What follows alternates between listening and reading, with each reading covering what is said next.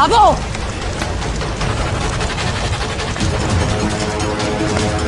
बाबा तू ठीक तो है?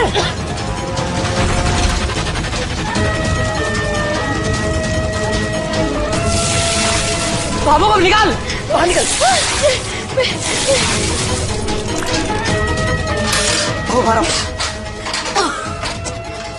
आप ठीक हो ना? ये क्या कर रही थी आप? हाँ? वो कढ़ाई गर्म थी, हाथ से छूट गई। अगर टाइम पर आग नहीं बुझाते तो मामला बढ़ जाता, पता है आपको? बाबू, आपके हाथ में पहले से चोट लगी हुई है, आपको दवा खा के आराम करना चाहिए था। आप क्यों नहीं दुकान पे? दुकान पर कैसे ना आती? हमारी सूरज की दुकान है, आना तो था ही। भट्टी सुनी पड़ी थी, कैसे देख सकी थी मैं?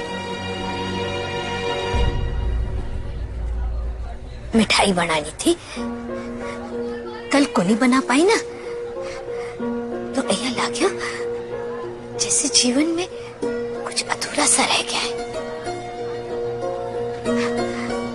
आज बना लूंगी ना तो सब कुछ ठीक हो जाएगा। हाँ? क्या अच्छा हो जाता सब? अब बाबू, आप अपनी उम्र देखो, तबियत देखो, इस हालत में भी भट्टी के सामने आपको मिठाइयां बनानी है ना? बाबू मैं आपसे कुछ बात कर रहा हूँ, इतनी जिद्दी क्यों है आप? अगर आपको कुछ हो जाता तो? हाँ ठीक, आपको भट्टी सुनी नहीं छोड़नी है, मुझे बताओ क्या करना? क्या करना मैं बनाता हूँ। अरे बावड़ो हो गो है के? तू मिठाई के यहाँ बनावे को? तू सूरज थोड़ी ना है, जिसका काम उसी को साजे और करे ना तो डंका बाजे। मिठाई बनाने चली आए।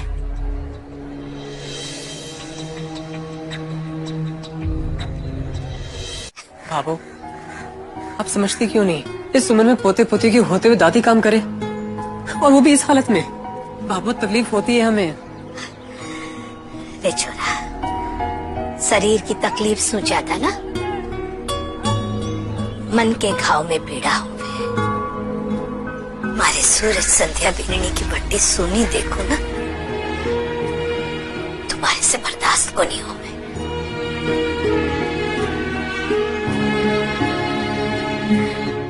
कितनी बार समझा चुकी मैं कि जे हमारे लिए सिर्फ दुकान ना है, हमारा मंदिर है। कि आकर काम करना हमारे सूरज और संध्या बीननी के आगे दिया जलाने जैसा है। पर तुम दोनों हमारी बात ने समझो ही को नहीं समझो। बाबा साहब आप ही कुछ समझाइए, इतनी जिद्दी क्यों है ये? लोगों की उम्र बढ़ती है और भाभो बच्चे जैसा बनती जा रही। बाबा साहब अब घर चलिए, दवाई का वक्त हो गया है। अब वैसे भी इस उम्र में अपना ध्यान खुद ही रखना चाहिए। चलिए।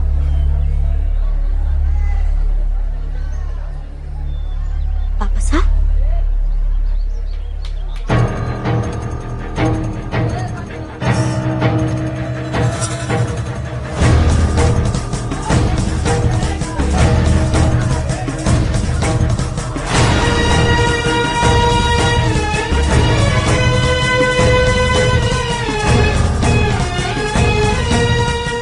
विनती करो,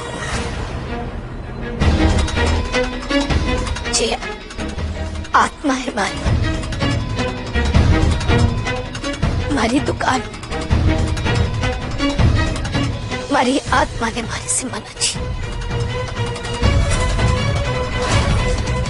हमारी सूरज संध्या बेननी की निशानी है जी।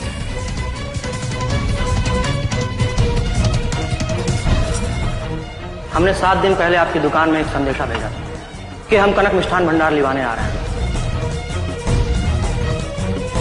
रोक लो उसे, रोक लो। अरे अपनी दुकान बिक गई है बेटा, ये संतोष के लिए दुकान सब कुछ है रे।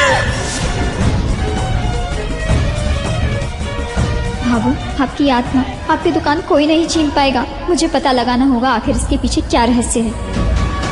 आम की बरसे झुक गई डाली, कू करती कोयलिया काली।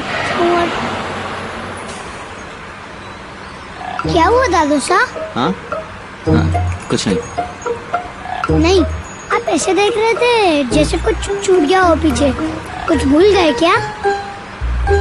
आप कहो तो गाड़ी वापस घुमा लें। अब गाड़ी के बाहर देखना अपराध है क्या? छोटी छोटी बातों की कहानी बना लेता तू तो। गब्बा साहब देखो तो, आज दादा साहब का गुस्सा कुछ अलग नहीं दिख रहा। मैं क्या बोलूं छोटे हुकुम? लगता है कुछ चोरी पकड़ी गए हो। वैसे पुष्कर में तो भाभी साहब मिले नहीं। लगता है कुछ चलकर लाडू आएंगी। क्यों दादा साहब? बस कर अभी, बहुत बड़ी बड़ी बातें करने लगा तू। आम की बरसात जग गई डाली।